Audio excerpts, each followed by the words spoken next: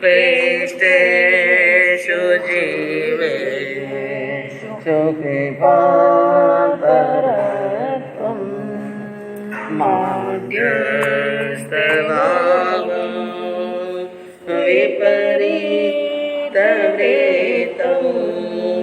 सदा ममात्मा विदधातु दीनं सदा ममात्मा विदधातु दीनं। अहिंसा के अग्रदूत, त्रैकाल दृष्टा, भवी जीवों के तारणहार, शासनेश प्रभु श्रवण भगवान महावीर स्वामी के चरणों में कोटि कोटि वंदन। दीन दुखियों के मसीहा, करुणा के सागर, परम पूज्य गुरुदेव श्रमण सूर्य मर्दर केसरी श्री मिश्री मलजी महाराज साहब के चरणों में कोटि कोटि वंदन। पाठ पर विराजमान परम श्रद्धेय, परम विदुषी, मधुर व्याख्यानी, सरल मना पूज्य गुरुनाथ जी महाराज साहब के चरणों में कोटि कोटि वंदन। धर्म प्रेमी बंधुओं, शीलवती माताएं बहनों, बड़ा ही पावन दिवस, बड़ा ही पवित्र दिवस, प्रभु महावीर का, चरम तीर्थंकर प्रभु महावीर का निर्वाण कल्याण,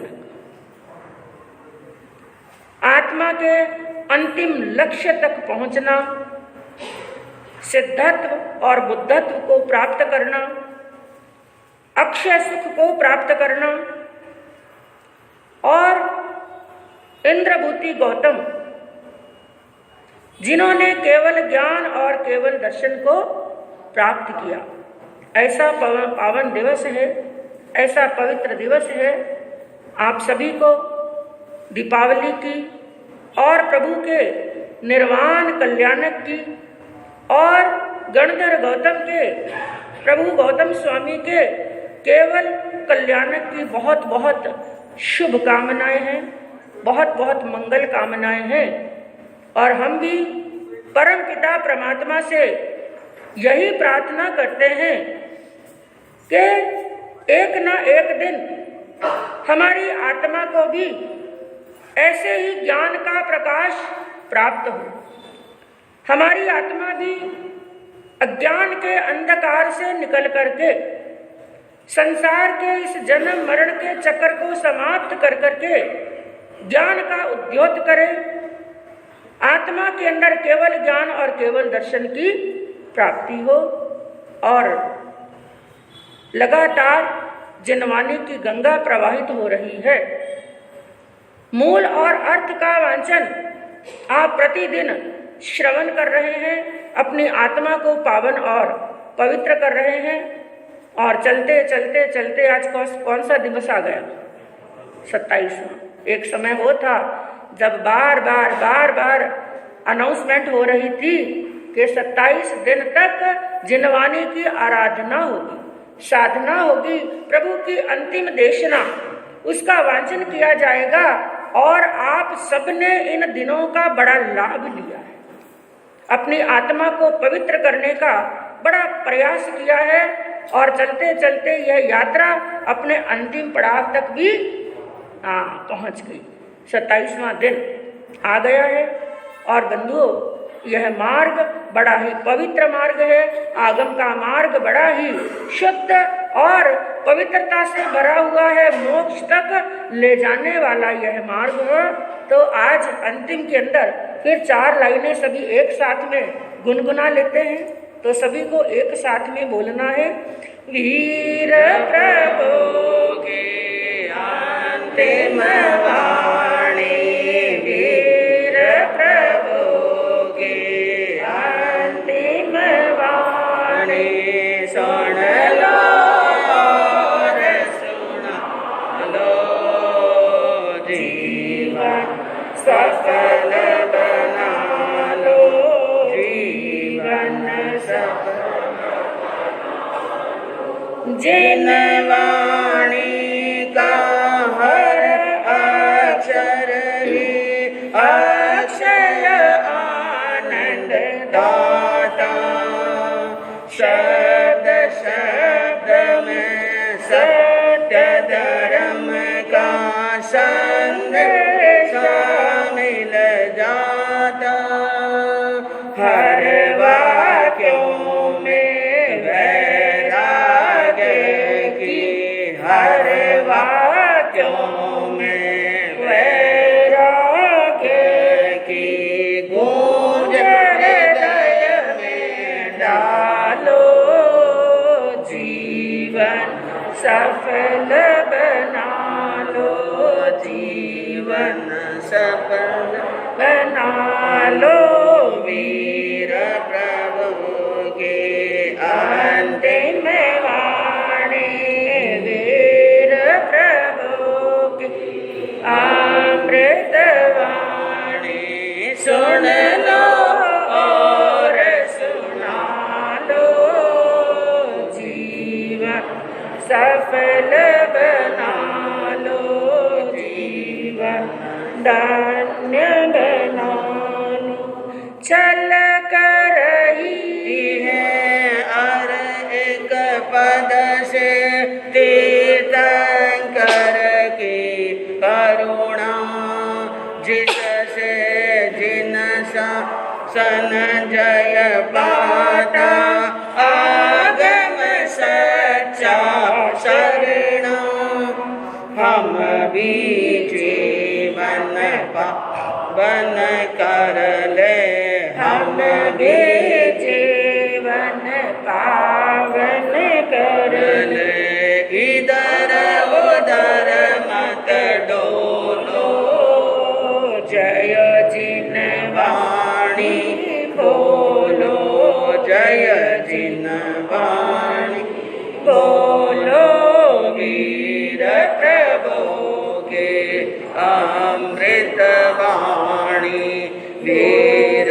प्रभु के अमृत वाणी सुन लो और सुना लो, जीवन सफल बना लो, जीवन धन्य बना लो। आज हमने 35वें अध्ययन के मूल का स्वाध्याय किया और 36वें अध्ययन का स्वाध्याय कल होगा, जब महामंगलिक फर्स्ट कार्यक्रम होगा। 36वें अध्ययन का मूल का स्वाध्याय, इसलिए आपको बराबर 7 बजे के 5 मिनट पहले, क्योंकि 7 बजे तो प्रारंभ हो जाएगा और 36वें अध्ययन का मूल का स्वाध्याय बराबर 270 गाथा है, इसलिए लगभग 1 घंटा पक्का, इसलिए समय पर पधारे ताकि बराबर स्वाध्याय हो सके। समय का हम मन के अंदर ये चिंतन करेंगे कि हमें समय का बड़ा मूल्य आंकना है, बड़ा मूल्यांकन करना है समय का, तो समय का ध्यान रखेंगे। और 36वें अध्ययन का वांचन, अर्थ का वांचन संक्षिप्त के अंदर आज ही आपको बता दिया जाएगा। तो 35वां अध्ययन, जिसका नाम है अणगार मार्ग गति, इस तरह के पहले 2 अध्ययन और आ चुके हैं, जिनके पीछे भी क्या लगा हुआ था, मार्ग गति। कौन कौन सा? एक तो आया था 28वां अध्ययन, जिसका नाम क्या था, मोक्ष मार्ग गति, और एक आया था 30वां अध्ययन, जिसका नाम क्या था, तपो मार्ग गति। और ये 35वां अध्ययन, जिसके अंदर बताया गया अणगार मार्ग गति। इन तीनों में अंतर क्या है? मोक्ष के प्रभु ने 4 मार्ग बताए। कितने मार्ग? 4 मार्ग। सम्यक ज्ञान, सम्यक दर्शन, सम्यक चारित्र और सम्यक तप। तो जो 4 मार्ग बताए, जो 28वां अध्ययन आपको मोक्ष मार्ग गति का बताया गया, उसके अंदर नाम तो 4 मार्गों का आया, लेकिन पहले जो 2 मार्ग हैं, सम्यक ज्ञान और सम्यक दर्शन, इनका विशद वर्णन आया था। तप का और चारित्र के केवल नाम अंकित किए गए थे, बाकी विस्तार पूर्वक नहीं, विस्तार पूर्वक केवल ज्ञान और दर्शन का ही बताया गया। उसके बाद में आया था 30वां अध्ययन तपो मार्ग गति, जिसके अंदर किसका वर्णन आया था? तप का। नाम सबका आया, लेकिन विशद वर्णन पूरे भेद और प्रभेदों सहित के तप के 12 मार्ग होते हैं, 12 प्रकार का तप बताया गया। एक एक तप के भेद और प्रभेद कितने होते हैं, ये पूरे विस्तार सहित तपो मार्ग गति के अंदर तप का बताया गया विशद वर्णन। तो पीछे कौन सा बचा? चारित्र। 4 मार्गों में से कौन सा बचा? ज्ञान का वर्णन आ गया, दर्शन का वर्णन आ गया, तप का मार्ग वर्णन आ गया, तो पीछे वर्णन किसका बचा? चारित्र का वर्णन बता। तो इस अध्ययन के अंदर वही मोक्ष का जो मार्ग है चारित्र, जो तीसरा मार्ग बताया गया है, उसका बड़ा विशद वर्णन वांचन किया गया है, वर्णन बताया गया है। इस अध्ययन के अंतर्गत जो सर्वविरति रूप अणगार धर्म है, कौन सा धर्म है? सर्वविरति। सर्वविरति का अर्थ क्या होता है? जिसके व्रत है, लेकिन कैसे? पूर्ण रूप के अंदर, किसी प्रकार की कोई छूट नहीं है। क्योंकि जो श्रावक का धर्म होता है, श्रावक के व्रतों को क्या कहते हैं? देश विरत। क्या कहते हैं? हाँ, श्रावक का धर्म देश विरत है और साधु का धर्म कौन सा है? सर्वविरति। तो इस अध्ययन के अंदर सर्वविरति रूप अणगार धर्म का वर्णन अनेक अपेक्षाओं से, अलग अलग अपेक्षा लगा करके बड़ी सूक्ष्म दृष्टि से इसके अंदर अणगार, क्योंकि बंधुओं क्या बताया गया? धर्म मुख्य 2 प्रकार का होता है। कितने प्रकार का? एक होता है श्रुत धर्म, एक होता है चारित्र धर्म। कौन कौन सा? हाँ, पहले इसको समझेंगे। धर्म मुख्य, क्योंकि हमारे जैन आगमों के अंदर हर एक चीज के पहले मूल रूप बताया गया, उसके भेद बताए गए, भेद के बाद में प्रभेद बड़ा डिटेल के अंदर गया हुआ है। जिन शासन धर्म, जिनेश्वरों का धर्म। तो मुख्य 2 प्रकार का धर्म बताया, एक बताया श्रुत धर्म और दूसरा बताया गया है चारित्र धर्म। शूद्र यानी श्रुत धर्म किसे कहते हैं? जो ज्ञान का क्या होता है उसके अंदर? ज्ञान, यानी ज्ञान रूप जो धर्म है, जैसे आगमों के ज्ञान को प्राप्त करना, जो ज्ञान रूप धर्म है वो तो है श्रुत धर्म। दूसरा जो चारित्र धर्म, चारित्र धर्म का अर्थ जिसके अंदर आती है क्रिया रूप। क्या किया जाता है? क्रिया। यानी सामान्य भाषा के अंदर हम कह सकते हैं कि पहले जानना और फिर आचरण करना। और दूसरा हम कहें कि जैसे एक बार पहले भी बताया गया था, एक होता है ज्ञान और एक होती है क्रिया। क्या क्या होता है? ज्ञान। और वहां पर एक दृष्टांत भी बताया था अंधे का और लंगड़े का। एक अंधा है और एक लंगड़ा। यदि अकेला है, यदि ज्ञान भी अकेला है, जैसे वो अंधा व्यक्ति अकेला है तो भी जंगल पार नहीं कर सकता है, और लंगड़ा व्यक्ति अकेला है तो भी जंगल पार नहीं कर सकता है। लंगड़े को चाहिए प्रकाश, लंगड़े को चाहिए अपने पांव की ताकत, और अंधे को क्या चाहिए? हाँ, रोशनी। रोशनी के बिना वो पार नहीं कर सकता और पांव के बिना वो पार नहीं कर सकता। तो अंधे के तो पांव काम आते हैं और लंगड़े की आंखें। उसी प्रकार जीवन के अंदर, चाहे वो श्रावक है चाहे वो साधु है, उसके जीवन के अंदर 2 चीजें होती हैं, ज्ञान और क्रिया। कहने का मतलब संक्षिप्त के अंदर यह बात कह सकते हैं, कोई भी क्रिया करे, कोई भी व्रत का पालन करे, किसी भी नियम का पालन करे, कोई भी तपस्या करे, माला फेरे, स्तुति करे, जिनेश्वर भगवान की स्तुति करे, या सामायिक करे या स्वाध्याय, जितना भी धर्म की क्रियाएं बताई गई हैं, कैसे? जान करके। कैसे करनी? जानकारी होगी ना, कौन सा व्रत कैसे करना, क्या नियम है, क्या उपनियम है, वो क्रिया करने से पहले होनी चाहिए जानकारी। यदि जानकारी नहीं है, मात्र क्रिया है, तो जानकारी के बिना क्रिया क्या रहती है? अधूरी। जैसे एक बहन को हलवा बनाना है, हलवे की सामग्री सब उसके पास में है, लेकिन हलवा बनाने की विधि मालूम नहीं है। क्या मालूम नहीं है? हाँ, कि कब तो शक्कर डालनी, कब घी डालना, कितना आटे को सेकना, कब पानी डालना और कितना गर्म करना, कितना गर्म नहीं करना। सामग्री सब अच्छी से अच्छी है, बढ़िया से बढ़िया सामग्री उसके पास में है, लेकिन यदि बनाने की जानकारी नहीं और सब चीजें आगे पीछे डाल दी या सब चीजें एक साथ में डाल दी, तो वो क्या बन जाएगा? कुछ भी नहीं। अब लैम्डा कहें या क्या कहें मालूम नहीं, वो क्या बनेगा, बहनें अच्छी तरह से जानती होंगी। तो हलवे की सामग्री होने के बाद में भी, पुरुषार्थ करने के बाद में, पुरुषार्थ भी किया यानी बनाने का प्रयास भी उन्होंने किया, लेकिन जानकारी नहीं है कि हलवा बनेगा कैसे, तो जानकारी के बिना उनको सफलता मिलने वाली नहीं। तो यही जानकारी का रूप नाम है ज्ञान रूप, यानी जिसको श्रुत धर्म कहा जाता है, और कार्य करना क्रिया रूप, जिसे कहते हैं चारित्र धर्म। तो श्रुत रूप के अंदर तो 5 ज्ञान आदि बताए गए हैं, लेकिन आज इस अध्ययन के अंदर जो बात की गई है वो ज्ञान रूप यानी श्रुत रूप धर्म की बात नहीं की गई है। किसकी गई है? चारित्र रूप। और चारित्र धर्म भी 2 प्रकार का बताया। कितने प्रकार का? 2 प्रकार का। कौन सा? अणगार धर्म और आगार धर्म। 2 प्रकार का चारित्र बताया, यानी साधु की भी क्रिया होती है और श्रावक की भी क्या होती है? क्रिया। तो 2 प्रकार का धर्म बताया गया है। आगार धर्म का अर्थ होता है आंशिक रूप। कौन सा रूप? आंशिक, यानी श्रावक का जो धर्म है वो अंश मात्र में होता है, देश रूप होता है। इसलिए एक श्रावक के व्रतों को देश व्रत भी कहा जाता है और अणुव्रत भी कहा जाता है। अणुव्रत का अर्थ क्या होता है? छोटा छोटा। तो जो आगार धर्म होता है वो आंशिक रूप में व्रतों का पालन होता है, और जो अणगार धर्म होता है वो पूर्णतया पालन होता है, जाव जीवन तक, जिसके अंदर किसी प्रकार की कोई छूट। तो कुल मिलाकर के इस अध्ययन के अंदर अणगार धर्म का वर्णन किया गया है, चारित्र धर्म का वर्णन किया गया है, और अणगार को अपने जीवन के अंदर जो अणगार के मार्ग, 3 शब्द आए, अणगार, मार्ग, गति। अणगार को अपने मार्ग के अंदर यानी जीवन संयम रूपी जो यात्रा कर रहा है ना, अणगार संयम के मार्ग पर जो यात्रा कर रहा है, तो अणगार मार्ग। तीसरा शब्द कौन सा है? गति।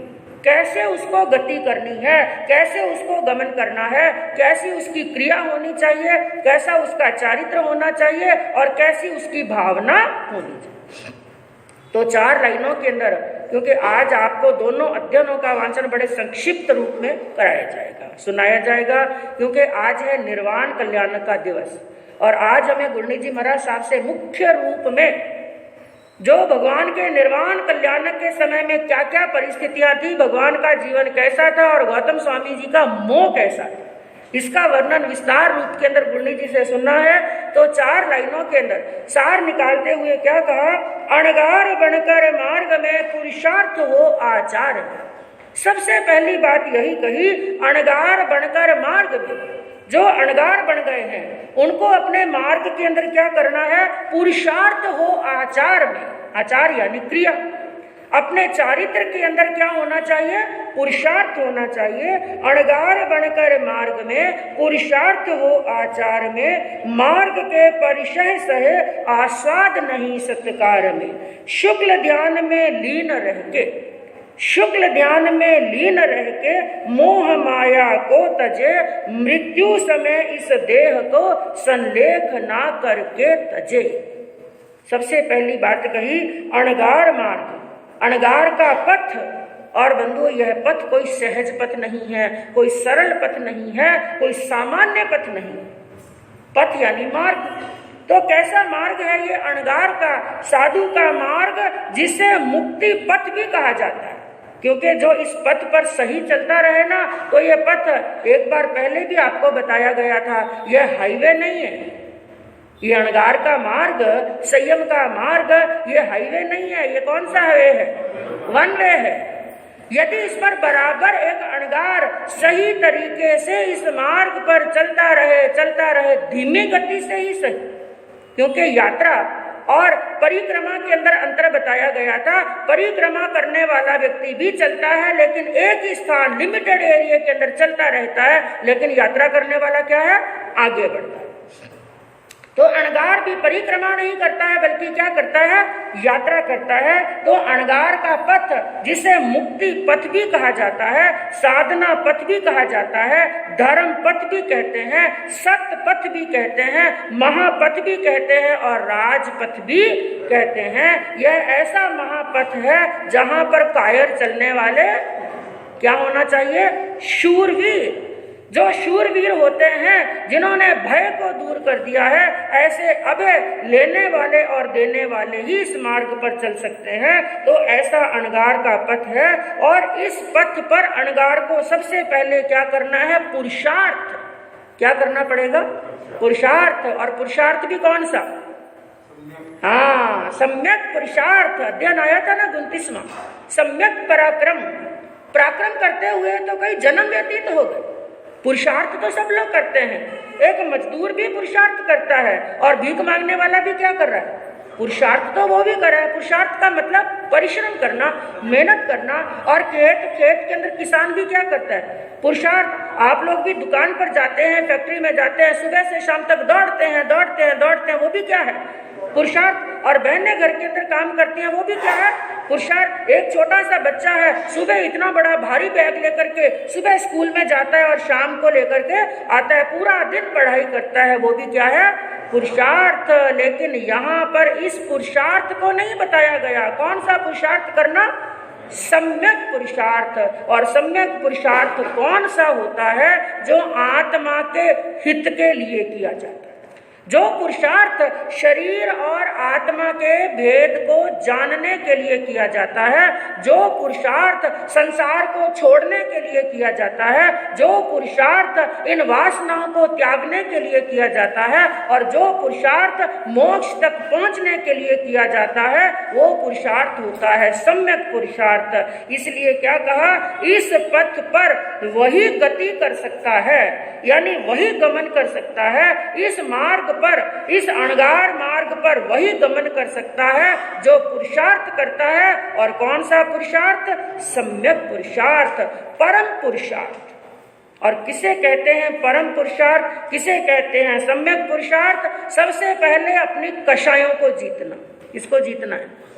कषायों को जीतना है। कषायों को जीतकर संभाव के अंदर रहना, रस इंद्री को जीतना, वाणी में संयम लाना, 22 परिश्रम को जीतना, और जीवन के अंदर यदि प्रतिकूलता आ जाए तो उसको सहजता से सहन करना। यह होता है सच्चा पुरुषार्थ। और उसके बाद में क्या कहा? मार्ग में परिसह सहे, आस्वाद नहीं सत्कार में। अणगार तो वही होता है जिसके जीवन के अंदर क्या आते हैं? परिचय आते हैं। लेकिन परिचयों को कैसे सहन करना? संभाव के साथ में। तो परिचयों को सहन करता करता, और तीसरी बात, आस्वाद नहीं सत्कार में। कहीं पर सत्कार मिले, चाहे सम्मान मिले, सत्कार मिलता है तो राग नहीं करता है, और अपमान मिलता है तो द्वेष नहीं करता है। सत्कार, सम्मान, अपमान सबको बड़ा पीछे छोड़ देता है, चाहे जीवन के अंदर सत्कार हो और सम्मान हो। क्योंकि बंधुओं, ये सत्कार पर फूलता कौन है? जिसे अभिमान होता है। किसके अंदर क्या होता है? अभिमान।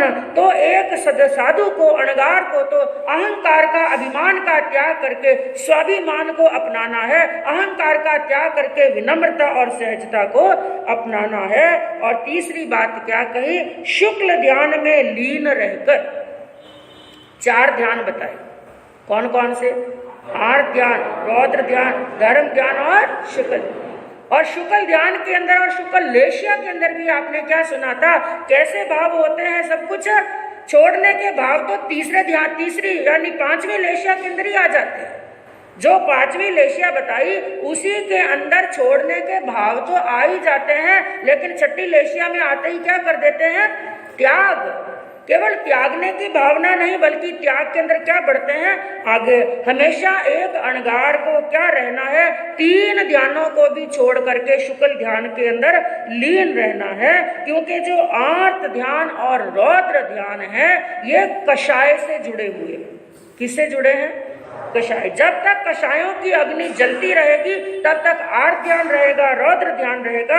ये कषायों से जुड़े हुए हैं। और जो धर्म ध्यान है वह क्षमा, सहनशीलता, सौम्यता और दया से जुड़ा हुआ है। लेकिन जो शुक्ल ध्यान है, यह ध्यान की पूर्णता है। इसके बाद में कुछ चाहिए ही नहीं। क्योंकि जब शुक्ल ध्यान आ गया, शुक्ल ध्यान की भी 4 पंक्तियां बताए गए, 4 सीढ़ियां बताई गई। और जब शुक्ल ध्यान आ गया, शुक्ल ध्यान आने के बाद में तो सीधा केवल ज्ञान और केवल दर्शन की प्राप्ति होती है। तो शुक्ल ध्यान के अंदर रहना। और क्या कहा? शुक्ल ध्यान में लीन रह करके मोह माया को तजे। किसका त्याग करना है? बस यही तो दुख देता है संसार के अंदर। सबसे ज्यादा दुखी करने वाला कौन है? हाँ, वर्णन सुनेंगे आज आप। सुनते सुनते कई बार है ना, जब गौतम स्वामी का विलाप सुनते हैं, जब प्रभु मोक्ष में गए तो गौतम स्वामी ने क्या किया था? विलाप। और कैसे? विलाप भी सामान्य समझदार इंसान की तरह नहीं, किसकी तरह किया? एक बच्चे की तरह। एक बच्चा रोता है ना, उसको आशा थी आप बाहर जाएंगे तो बच्चे को कहाँ लेके जाएंगे? हाँ, इसलिए जाने से पहले तैयारी कर लेते। जैसे देखा कि पिताजी सूट बूट पहन करके तैयार हुए और गाड़ी गेट के बाहर हुई और पिताजी ने हाथ में कुछ पकड़ा, तो आप तो चाबी बाद में लगाएंगे, बच्चा पहले जाकर क्या पकड़ लेता है? हैंडल पकड़कर खड़ा हो जाता है। और आपने श्रीमती जी को इशारा किया, जा माता जी को इशारा किया, थोड़ा बच्चे को बहाने से अंदर लो, और जैसे तैसे बच्चे को पोटा करके घर के अंदर कहीं ना कहीं से ले गए और पिताजी रवाना हो गए। और बाद में गाड़ी की आवाज सुनी तो बच्चा क्या करता है? नीचे बैठ करके, धरती पर बैठ करके हाथ पांव पटकता है, जोरदार रोता है। ऐसा ही रोना किया था गौतम स्वामी ने, ऐसे ही रोए थे, बच्चे की तरह विलाप किया था। कोई ऐसा वैसा विलाप नहीं, ऐसा रोए जिसका वर्णन आज सुनेंगे। ये किस कारण से? जो 14 पूर्वधारी थे, 4 ज्ञान के धनी थे, उन्होंने भी विलाप किया, क्रंदन किया, रोए। किस कारण से? मोह के कारण। मैं को ये मोह ऐसे ज्ञानियों को रुला सकता है, फिर आप और हम तो क्या चीज है? जिसको भी देखते हैं उसी से क्या हो जाता है? जीव से भी मोह और अजीव से भी मोह। लेकिन साधु के लिए क्या कहा? एकदम तो नहीं छूटता है। मोह माया को तजे, धीरे धीरे क्या करे? प्रयास करे मोह माया को छोड़ना। और मृत्यु समय इस देह को, जब यह जान ले कि मेरा अंतिम समय क्या आ गया है? नजदीक आ गया है, मृत्यु समय इस देह को संलेख ना करके तजे। ऐसे ही इस शरीर को नहीं त्याग देना। कैसे त्यागना है? संलेखना के साथ में। क्योंकि बंधुओं, जब मृत्यु आती है ना, मृत्यु साथ में वेदना को लाती है। जैसे एक बार आपको बताया, एक बच्चे का जन्म होता है, जन्म की पीड़ा कितनी करोड़ गुनी वेदना। जो वेदना पहले महीने में हुई, उससे ज्यादा करोड़ गुनी वेदना कब होती है? जन्म के समय के अंदर। लेकिन मृत्यु के समय कितनी वेदना? जो वेदना जन्म के समय करोड़ गुनी हुई ना, उससे करोड़ान करोड़ गुनी वेदना, यानी करोड़ को करोड़ से मल्टीप्लाई करते हैं, वो कितना % बनता है? उतनी वेदना होती है अंतिम समय के अंदर। क्यों? क्योंकि रोम रोम में से, शरीर के एक एक प्रदेश में से आत्मा के क्या निकलते हैं? प्रदेश बाहर निकलते हैं। क्योंकि शरीर का एक भाग भी ऐसा नहीं है जहां पर हमारे आत्मा के प्रदेश नहीं है। प्रत्येक स्थान के ऊपर आत्मा के प्रदेश हैं। तो अंतिम समय के अंदर एक एक प्रदेश से आत्मा के प्रदेश बाहर निकलते हैं। उस समय वेदना कितनी होती है? करोड़ान करोड़ गुनी। लेकिन जो सच्चा अनगार है, जो साधना में रत है, वो अंतिम समय में क्या रखता है? संभाव और शुक्ल ध्यान के अंदर रहता है। जो शुक्ल ध्यान में रहता है, संभाव में रहता है, वही कर सकता है संधारा और संलेखना। तो साधक की साधना का प्रतिफल यही है। अंतिम समय के अंदर संभाव के साथ में, संधारा संलेखना के साथ में अपने शरीर का क्या करे? त्याग करे। 36वां अध्ययन, जीवा जीव विभक्ति। इसको भी 4 लाइनों के अंदर पहले सारांश बताते हैं। क्या कहा? जीव और अजीव दोनों लोक के आधार हैं। जीव और अजीव दोनों लोक के आधार हैं। स्वरूप इनका जानना ही ज्ञान का विस्तार है।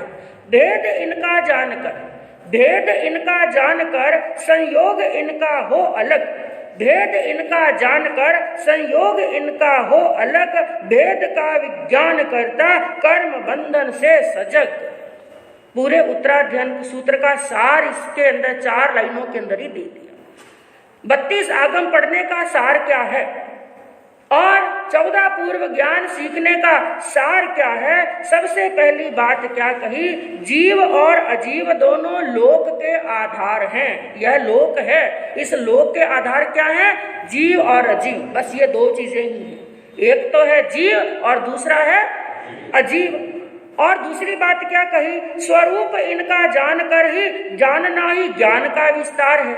ज्ञान के विस्तार का मतलब क्या है? इनके स्वरूप को जानना, क्योंकि यही परमार्थ है। एक श्रावक के लिए बताया, समकिति के लिए बताया। समकित किसे कहते हैं, श्रद्धान किसे कहते हैं, जब 9 तत्वों का क्या प्राप्त करता है, ज्ञान। और 9 तत्वों में से भी मुख्य तत्व कौन कौन से हैं, जीव और अजीव, बस ये 2 मुख्य हैं। तो यही सार है, इनके स्वरूप को जानना ही ज्ञान का क्या है, विस्तार है। और भेद इनका जानकर, पहले इनके भेद को जाने, जीव कहाँ पर है और अजीव कहाँ पर है। जीव यदि शाश्वत है तो अजीव भी क्या है, शाश्वत। बस पर्याय बदलती रहती हैं, जैसे जीव शरीर बदलता रहता है वैसे अजीव भी क्या बदलता है, पर्याय यानी स्वरूप बदलता रहता है। भेद इनका जानकर संयोग इनका हो अलग, बस यही वेद विज्ञान है। क्या जानना, इनका संयोग, जीव और अजीव का संयोग, यानी आत्मा और जीव का, हमारी शरीर और आत्मा के संयोग को जानना, यही वेद विज्ञान है। और जानने के बाद में क्या करना, यह सोचना आत्मा अलग और शरीर क्या है, अलग। और इसके तह तक जाकर के यही चिंतन करना, भेद का विज्ञान करता कर्म बंधन शेष जग।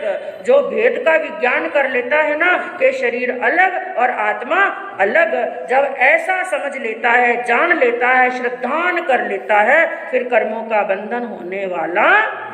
तो इस अध्ययन के अंदर बंधुओं मात्र ये बताएंगे आपको कि वर्णन किस किस का आता है, किस किस चीज का वर्णन बताया गया, जिसमें सबसे पहले इस अध्ययन के अंदर लोक और अलोक का कथन किया गया। किसका, लोक और अलोक। लोक उसे कहते हैं जिसके अंदर 6 द्रव्य होते हैं। कितने द्रव्य हैं, ये धर्मास्तिकाय, अधर्मास्तिकाय, ये सब कहाँ पर है, लोक के अंदर। और अलोक के अंदर क्या है, आकाशास्तिकाय, केवल आकाश है, इसके अलावा आलोक के अंदर कुछ नहीं है। तो लोक और अलोक का कथन किया गया है। और दूसरा कथन किया गया है, लोक में क्या है, जीव और अजीव, ये 2 बातें बताई गई हैं। तीसरी बात बताई है, जीव और अजीव का द्रव्य, क्षेत्र, काल और भाव से कथन किया गया है। द्रव्य की अपेक्षा जीव कैसा, क्षेत्र की अपेक्षा कैसा, काल और भाव की अपेक्षा जीव कैसा है और अजीव कैसा। और चौथी बात, इसी जीव और अजीव के भेद बताए गए हैं। जीव के भेद कितने हैं, 563। जीव के भेद कितने, तो 563 भेद बताए गए हैं। और अजीव के भेद कितने हैं, 560। तो 560 भेदों का कथन किया गया है। उसके बाद में इन चतुर गति से अलग एक और गति है। 4 गति से अलग 5वीं गति कौन सी है, मोक्ष की। क्योंकि 4 गति में तो भ्रमण चलता रहता है और 5वीं गति मोक्ष, जहाँ पर एक बार जाने के बाद में वापिस जीव नहीं आता। तो उस मोक्ष के भी सिद्ध के, यानी मोक्ष गति में जाने के जो सिद्धों के 15 भेद बताए गए। कितने भेद बताए, 15 भेदे सिद्ध। जब प्रतिगमन करते हैं, दूसरी वंदना बोलते हैं, उसमें बोलते हैं कि नहीं, 15 भेदे जीव क्या होता है, सिद्ध होता है। तो 15 भेदों का वर्णन बताया गया है। और मोक्ष का स्थान कैसा है, मोक्ष का सुख कैसा है और मोक्ष की विशेषताएं कैसी हैं, वो भी इस अध्ययन के अंदर बताया गया है। और उसके बाद में सर्वनय सम्मत संयम के पालन का निर्देश दिया गया है। क्योंकि मोक्ष को प्राप्त करना है तो किसका पालन करना पड़ेगा, संयम। तो संयम के पालन का निर्देशन किया गया है। और संयम के पालन के अंदर वही जो 35वें अध्ययन के अंदर अंतिम के अंदर आया था कि संयमी को अंतिम में क्या करना, संधारा और संलेखना। तो इस अध्ययन के अंदर संलेखना का काल कितना होता है, संलेखना कैसी होती है, उसके अंदर कैसा तप किया जाता है, इसकी प्रज्ञापना भी दी गई है। और आगे इस अध्ययन के अंदर 4 दुष्ट भावनाओं के लक्षणों का परिज्ञान, 4 प्रकार की दुष्ट भावनाएं, बुरी भावनाएं, अधर्म भावनाएं होती हैं 4 प्रकार की। एक साधक को उन 4 भावनाओं का क्या करना, त्याग करना और समाधि मरण को प्राप्त करना, इसका उपदेश दिया गया है। और अगली 10वीं बात बताई, सुलभ बोधि और दुर्लभ बोधि के लक्षण बताए गए। सुलभ बोधि और दुर्लभ बोधि किसे कहते हैं, सुलभ बोधि आत्मा जिनको बहुत आराम से, सहजता से, शीघ्र से और आसानी से बोध प्राप्त हो जाता है। बोध यानी संकित कह सकते हैं, और आगमों के ऊपर, भगवान की वाणी के ऊपर श्रद्धा कह सकते हैं। जिनकी आत्मा जाग जाती है, बोध को प्राप्त कर लेती है बड़े आराम से, उसको कहते हैं सुलभ बोधि। और एक ऐसे होते हैं दुर्लभ बोधि, जिनको जल्दी जल्दी ज्ञान प्राप्त होने वाला। तो उनके लक्षण कैसे होते हैं, सुलभ बोधि के लक्षण क्या है, दुर्लभ बोधि के लक्षण क्या है, वो भी इस अध्ययन के अंदर बताया गया है। और अगली बात बताई कि जिन वचन पर श्रद्धा करने वाला और संयम से संसार परित हो जाता है। पहले तो करता है जिनवाणी पर श्रद्धा, और श्रद्धा करने के बाद में क्या करता है, आचरण यानी संयम का पालन करता है, और संयम का पालन करने से संसार से क्या हो जाता है, परित, संसार को परित कर देता है, घटा देता है। और अंतिम बात बताई, उसके अभाव में अनंत बाल मरण अकाम मरण कहे गए हैं। यानी इन चीजों के जो जिन श्रद्धा है, जिन वाणी पर श्रद्धा है, इसका यदि वहां पर अभाव हो जाए, यानी जिन वाणी पर क्या नहीं हो, श्रद्धा नहीं हो, तो उसका मरण कौन सा मरण होगा, बाल मरण। और बाल मरण कितनी बार होता है, अनंत बार।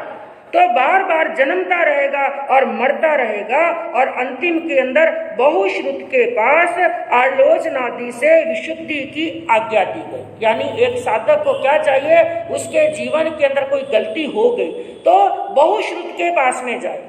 और बहुश्रुत कौन होते हैं, यह 11वें अध्ययन के अंदर बताया गया। अपने आचार्य के पास में, गुरु के पास में, उनके पास में जाए और अपने संयम के अंदर जो गलती हो गई है उसकी क्या करे, आलोचना करे और प्रायश्चित करे, और अपने जीवन के अंदर सिद्धि करे, उनकी आज्ञा से संयम का पालन करे। और जो जीव ऐसा करता है वो अपने अंतिम क्षय के अंदर सिद्ध, बुद्ध और मुक्त हो जाता है। तो बंधुओं, आपके सामने प्रभु महावीर की अंतिम देशना श्रीमद् उत्तराध्याय सूत्र का अपनी छोटी सी बुद्धि के माध्यम से, क्योंकि भगवान की वाणी का विस्तार करना, उनका कथन कहना हमारे वश की बात नहीं, लेकिन एक छोटा सा प्रयास किया है। और सबसे पहले तो मैं अपने गुरनी मैया, उनका उपकार मानती हूँ कि उन्होंने मुझे यह उत्तराध्याय सूत्र वांचने की आज्ञा प्रदान की। मैं कहूँ गुरनी मैया खुद भी वांच सकते थे, जिन्होंने ये ज्ञान दिया वो भी वांचन कर सकते थे, लेकिन अपने समय में से मुझे क्या दिया है, समय दिया है, मुझे जो अवसर प्रदान किया है। तो सबसे पहला तो उपकार मेरे गुरनी मैया का है, और दूसरा उपकार आपका है। हाँ, क्योंकि आप यदि समय पर नहीं आते तो फिर कैसे, किसको सुनाते। तो आपका भी बहुत बहुत उपकार है, बहुत बहुत साधुवाद है, बहुत बहुत धन्यवाद है। तो सबसे पहले आग में दिव्य की पाटी का कौशल करेंगे, उसके बाद में, क्योंकि पढ़ते समय, सुनते समय, वांचन करते समय आपने भी हमारे साथ साथ में मूल का क्या किया, वांचन किया। तो किसी प्रकार का छोटा मोटा कोई दोष लग जाए, हो गया होगा, उसके लिए क्या देंगे हम, मिच्छामि दुक्कडम। पहले आग में दिव्य की पाटी बोलूंगी मैं, उसके बाद में जो जो बोला जाएगा आपको साथ में उच्चारण करना है आग में दिव्य की पाटी बोलने के बाद। तो आग में तिव्य की पाटी, आग में तिव्य प्रणत्ते तंजहा सुत्तागम्य अत्थागम्य तदु भयागम्य। इस तरह 3 प्रकार आगम रूप ज्ञान के विषय में जो कोई अतिचार लागू हुई तो अल जम वाइदम वच्चा मेलियम हिनक्षरम अचक्षरम पैनम विनयनम जोगिनम घोषिनम सुट्टू दिन्नम दुट्टू परिचयम अकाले कौ सज्जाओ काले न कौ सज्जाओ असज्जाए सज्जायम सज्जाए न सज्जायम बढ़ता गुणता विचारता ज्ञान और ज्ञानवंत पुरुषों की आशातना की हो तो तस्मिच्छा। अब आप आंखें बंद करके और हाथ जोड़ करके अपने मन से मिच्छामि दुक्कडम देंगे। जम किंची मिच्छाए मन दुकड़ाए, वय दुकड़ाए, काय दुकड़ाए, कोहाए माणाए, मायाए लोभाए, सब कालियाए, सब मिच्छो व्याराए, सब धम्माई कमणाए, आसायणाए, जो में देवसियो अय्यारो, कौ तस खमा समणो, पड़ी कमामी, निंदामी, गरियामी, अप्पाणम, वो सिरामी, मूल आगम, अर्थागम, तदुभयागम, किसी भी पाठ में काना मात्रा, ह्रस्व दीर्घ, गुरु लघु, छोटा बड़ा, कम ज्यादा बोला हो तो तस्मिच्छामि दुक्कडम, तस्मिच्छामि दुक्कडम, तस्मिच्छामि दुक्कडम। और अब 2 मिनट के लिए हमें पहले यह चिंतन करना है, जो आपने समोसरण का वर्णन सुना, उस दृश्य को अपनी आंखों के सामने लाना है और प्रभु से अपने मन की बात, अपने आत्मा के भाव, अब किन किन के मन के अंदर क्या भाव आए, इन 27 दिनों के अंदर उत्तराध्ययन सूत्र सुनते समय क्या क्या भाव आए, उन भावों को याद करना है और भगवान के सामने प्रार्थना करनी है कि प्रभु मेरी आत्मा भी एक ना एक दिन आपकी तरह मोक्ष के अंदर विराजमान हो जाए। तो समोसरण का वो दृश्य के 3री मंजिल के ऊपर, समोसरण में सबसे ऊपर जहाँ पर मंडप भूमि है, जहाँ पर 12 प्रकार की परिषद बैठी है और उसके बीचों बीच 200 धनुष ऊंची पीठिका है। क्या है? 200 धनुष ऊंची पीठिका है और पीठिका के ऊपर क्या है? सिंहासन। किसका सिंहासन? स्फटिक का सिंहासन है और स्फटिक के सिंहासन के ऊपर, और यह चिंतन आपको आंखें बंद करके करना है। बड़ा अच्छा लगेगा तो आंखें बंद करके चिंतन करें कि समोसरण का वो दृश्य है जहां पर मंडप भूमि है और उस मंडप भूमि के अंदर चारों तरफ 12 प्रकार की परिषद बैठी है और उसके बीचों बीच 200 धनुष ऊंची वहां पर पीठिका है और पीठिका के ऊपर स्फटिक का सिंहासन है और सिंहासन के ऊपर 4 अंगुल अधर तीर्थंकर प्रभु, जिनके शरीर के 1008 शुभ लक्षण जिनके शरीर के हैं और उनके सिर के ऊपर 3 छत्र हैं और छत्र से ऊपर अशोक वृक्ष छाया कर रहा है और प्रभु के दोनों तरफ देवलोक के देवता प्रभु को चंवर ढोला रहे हैं। ऐसा मन को मुग्ध करने वाला वो दृश्य और भगवान का चेहरा चारों दिशाओं के अंदर दृष्टिगोचर हो रहा है और हम बिल्कुल प्रभु के सामने खड़े हैं और हाथ जोड़ करके भगवान के सामने प्रार्थना कर रहे हैं। अब आप मेरे साथ साथ में कुछ शब्दों का उच्चारण करेंगे। हे प्रभु, मुझे बोधि लाभ हो। हे प्रभु, सत्य धर्म के प्रति श्रद्धा हो। हे प्रभु, सम्यक की प्राप्ति हो। हे प्रभु, कषायों का विसर्जन हो। हे प्रभु, कर्मों के बंधन ढीले पड़े। हे प्रभु, मेरी आत्मा सहज सरल विनम्र बने। हे प्रभु, मेरे अंदर सम्यक पुरुषार्थ प्रकट हो। हे प्रभु, संसार से पूर्ण विरक्ति हो। हे प्रभु, मोह के पाश टूट जाएं। हे प्रभु, मेरी आत्मा में केवल ज्ञान, केवल दर्शन प्रकट हो। हे प्रभु, मेरी आत्मा बुद्धत्व, सिद्धत्व, परम तत्व को, मोक्ष को, अक्षय सुख को प्राप्त करे। ओम शांति, ओम शांति, ओम शांति। बोले भगवान महावीर स्वामी की, कल्याणी जिनवानी की। Praise